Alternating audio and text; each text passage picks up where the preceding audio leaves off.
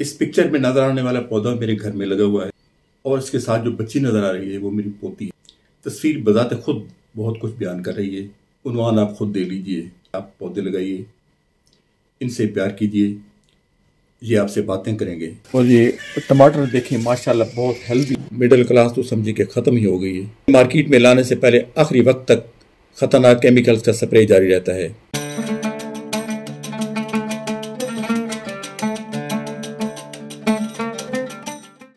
बिस्मिल्लाहिर्रहमानिर्रहीम, अस्सलाम वालेकुम दोस्तों। मेरा आज का व्लॉग किचन गार्डनिंग या वेजिटेबल गार्डनिंग के बारे में है। किचन गार्डनिंग या घरेलू पैमाने पर सब्जियों के काश्त पर वक्तन फ़वक्तन बात होती रहती है। किचन गार्डनिंग एक ऐसी सेहतमंद एक्टिविटी है जो कई लिहाज से अहमियत की हामिल है। सबसे बड़ा फ़ायदा तो यह है कि आपको बिल्कुल ताज़ा और ग़िज़ाइयत से भरपूर देसी अंदाज में तैयारशुदा सब्जियां मिल जाती हैं और आप बच जाते हैं उन कीमियाई खाद और स्प्रे ज़दा सब्जियों से जिन्हें मार्केट में लाने से पहले आखिरी वक्त तक खतरनाक केमिकल्स का स्प्रे जारी रहता है। और उससे ज़्यादा जुल्म यह होता है कि अपनी प्रोडक्ट की रंगत और मिठास बेहतर ज़ाहिर करने के लिए इंतहाई खतरनाक और मौलिक केमिकल्स का इस्तेमाल किया जाता है। और कुछ लोग लाइलमी में उनको बगैर अच्छी तरह धोए खा लेते हैं, खासतौर पर बच्चे। और इसके किस कदर खतरनाक नताइज सामने आ सकते हैं आप अंदाज़ा कर सकते हैं। दूसरा बड़ा फ़ायदा यह है कि सब्जियां और फ्रूट विटामिन्स और मिनरल्स का बेहतरीन ज़रिया हैं और अपनी ग़िज़ा को मुतवाज़न बनाने के लिए या बैलेंस डाइट के हसूल के लिए इनका इस्तेमाल बेहद ज़रूरी है। तीसरी चीज़ हमारे घरेलू बजट पर दबाव है। दोस्तों, सब्जियां बहुत महंगी हो चुकी हैं और अब वो दिन गुजर गए जब सब्जी को एक चीप कमोडिटी समझा जाता था। अब अच्छा खासा बजट सर्फ होता है और तकरीबन रोज़ाना की बुनियाद पर रेट और दस्तयाबी गैर यकीनी होती है। एक दिन रेट कुछ होता है और अगले दिन डबल। और अच्छे खासे सफेद पोस्ट लोगों के चेहरे पर तशवीश बिल्कुल नुमाया हो जाती है और ऐन मौके पर जाकर चॉइस बदलना पड़ता है। दोस्तों, वैसे भी हमारे मुल्क से मिडिल क्लास तो समझिए कि खत्म ही हो गई है। घरेलू पैमाने पर सब्जियां काश्त करने का चौथा फायदा यह है कि ये एक इंतहाई सेहतमंद एक्टिविटी है और सब्जियां लगाने से आप कोई न कोई फिजिकल एक्टिविटी करते रहते हैं जिससे न सिर्फ आपकी सेहत बेहतर रहती है बल्कि माहौल भी साफ रहता है और बेहतर माशरे की तश्कील में भी मदद मिलती है। दोस्तों, इसमें न सिर्फ लर्निंग होती है बल्कि एक बेहतरीन हॉबी भी है। अहमियत जानने के बावजूद हम इस पर अमल क्यों नहीं करते? हम अपने कंफर्ट जोन से बाहर ही नहीं आते। सबसे बड़ा एक्सक्यूज जो सामने आता है, बल्कि मैं तो कहूँगा कि ये लेम एक्सक्यूज है, खुसूसन शहरी इलाकों में, वो ये है कि जगह नहीं है, कहाँ पर सब्जियां लगाएं। ये कोई इतना बड़ा मसला नहीं है। घर के अंदर कोई छोटा सा प्लाट या क्यारी वगैरह मौजूद हो तो वहाँ पर लगाई जा सकती हैं और छत को बड़ी कामयाबी से इस्तेमाल किया जा सकता है। हम अपने घर में मौजूद अशिया और कंटेनर वगैरह को इस्तेमाल में लाकर ये काम बड़ी आसानी से कर सकते हैं। बाहर से बहुत कम चीज़ें अरेंज करनी पड़ती हैं और ज्यादा पैसे भी खर्च नहीं होते। अगर पैसे मार्केट के बराबर खर्च हो भी जाएं तो फिर भी मैं समझता हूँ कि ये घाटे का सौदा नहीं है। ये क्या कम है कि चीजें खालिस होंगी। और फिर जब अपने घर की उगी हुई सब्जियां हासिल करते हैं तो एक अलग ही तरह की खुशी हासिल होती है। घर में कई तरह के कंटेनर होते हैं, फ्रूट वाली टोकरियां, गमले वगैरह, ये सब इस्तेमाल हो सकती हैं। इसके अलावा ग्रो बैग्स आसानी से मिल जाते हैं, कोई इतने महंगे भी नहीं होते, मुख्तलिफ साइजेज में ये दस्तयाब हैं और उनकी लाइफ भी आमतौर पर 5-6 साल होती है, बड़े आराम से होती है 5-6 साल। और उन ग्रो बैग्स का मटेरियल ऐसा होता है जिससे पौधों को हवा मिलती रहती है और ड्रेनेज का मसला भी नहीं बनता। जरूरत के मुताबिक हर किस्म का बीज और वैरायटीज मिल जाती हैं बड़ी आसानी से और कोई इतनी रॉकेट साइंस भी नहीं है। आजकल तो वैसे भी इंटरनेट और यूट्यूब ने बहुत काम आसान कर दिया है, लेकिन शर्त यह है कि अगर कोई फायदा उठाना चाहे। साहिल F1 है और ये टमाटर देखें माशाल्लाह बहुत हेल्दी। और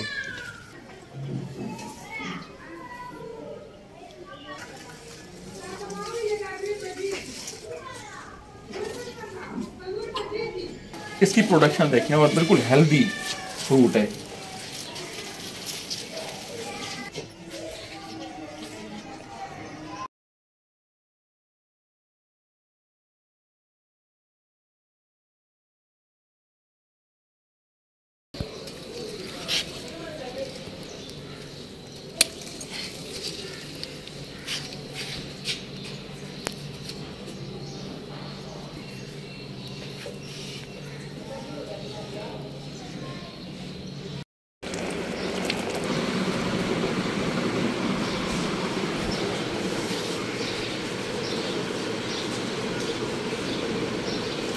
बहुत ज़बरदस्त टेस्ट है माशाल्लाह।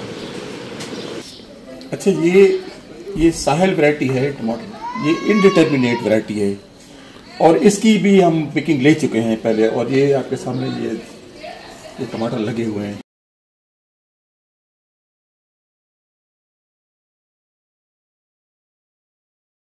ये है पेपरोनी हॉट पेपर, ये हमने सीडलिंग ट्रेज में लगाई है। इनिशियली हम एहतियातन सीडलिंग ट्रेज में इसलिए लगाते हैं ताकि इसकी जनरेशन कंट्रोल कंडीशन में सही हो जाए।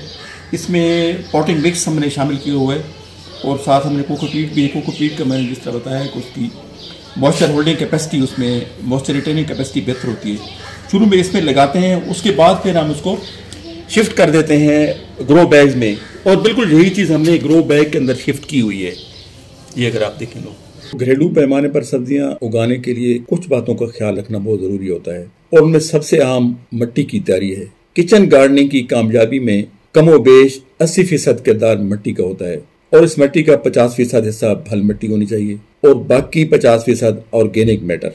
ये भल मिट्टी आपको मिल सकती है जहाँ किसी नहर या खाल वगैरह की सफाई हो रही हो, वहाँ से ये आसानी से मिल जाती है। नर्सरी से भी बड़ी आसानी से मिल जाती है। और ऑर्गेनिक मैटर में जो चीज़ें शामिल हैं उनमें सबसे पहले नंबर पर गोबर की गली सड़ी खाद है। याद रखें कि गोबर की खाद पुरानी और गली सड़ी ही होनी चाहिए, वरना फायदे की बजाय नुकसान होगा। दूसरे नंबर पर वर्मी कंपोस्ट है, नर्सरी से बड़ी आसानी से मिल जाती है। और इसके अलावा पत्तों की खाद, वो भी बहुत जबरदस्त चीज है। अगर पत्तों को 4 या 6 माह जमीन में दबा दिया जाए तो वो डिकम्पोज होकर बेहतरीन खाद की शक्ल इख्तियार कर लेते हैं। और ये सब करने का मकसद ये है कि ऐसी मिट्टी तैयार की जाए जो सॉफ्ट हो, रिच हो और उसकी ड्रेनेज अच्छी हो। इसमें पानी डालें तो उसके अंदर रुके नहीं। इसके अलावा कोकोपीट और बिल्कुल थोड़ी मकदार में डीएपी भी इस्तेमाल कर सकते हैं। कोकोपीट में कोई ऐसे खास न्यूट्रिएंट्स नहीं होते। ये मिट्टी को एक तो सॉफ्ट रखती है, दूसरा इसकी मॉइस्चर रिटेनिंग कैपेसिटी बहुत अच्छी होती है और खासतौर पर डेलिकेट सीड्स की जर्मिनेशन में ये बहुत हेल्पफुल होती है। खासतौर पर जब मौसम सख्त हो तो सीडलिंग ट्रे और कोकोपीट की मदद ली जा सकती है। कीड़े मकोड़ों से बचाव के लिए नीम ऑयल का स्प्रे बेस्ट है, ये ऑर्गेनिक है। अगर कोई केमिकल स्प्रे करना भी पड़े तो कोशिश करें कि ज्यादा खतरनाक ना हो और ह्यूमन फ्रेंडली हो। इस पिक्चर में नजर आने वाला पौधा मेरे घर में लगा हुआ है और इसके साथ जो बच्ची नजर आ रही है वो मेरी पोती है। तस्वीर बजाते खुद बहुत कुछ बयान कर रही है। उन्वान आप खुद दे लीजिए। मेरी सबसे गुजारिश है कि आप पौधे लगाइए, इनसे प्यार कीजिए, ये आपसे बातें करेंगे और माहौल को आलूदगी से पाक रखने में अपना हिस्सा डालिए। मैं उम्मीद करता हूँ कि हम पूरी कोशिश करेंगे कि हमारी खुराक केमिकल्स और मिलावट से पाक हो। मेरी दुआ है कि अल्लाह ताला हम सब का हामी और नासिर हो। अपना और दूसरों का बहुत ख्याल रखिएगा। अगले वीलाग तक मुश्ताक अहमद को इजाज़त।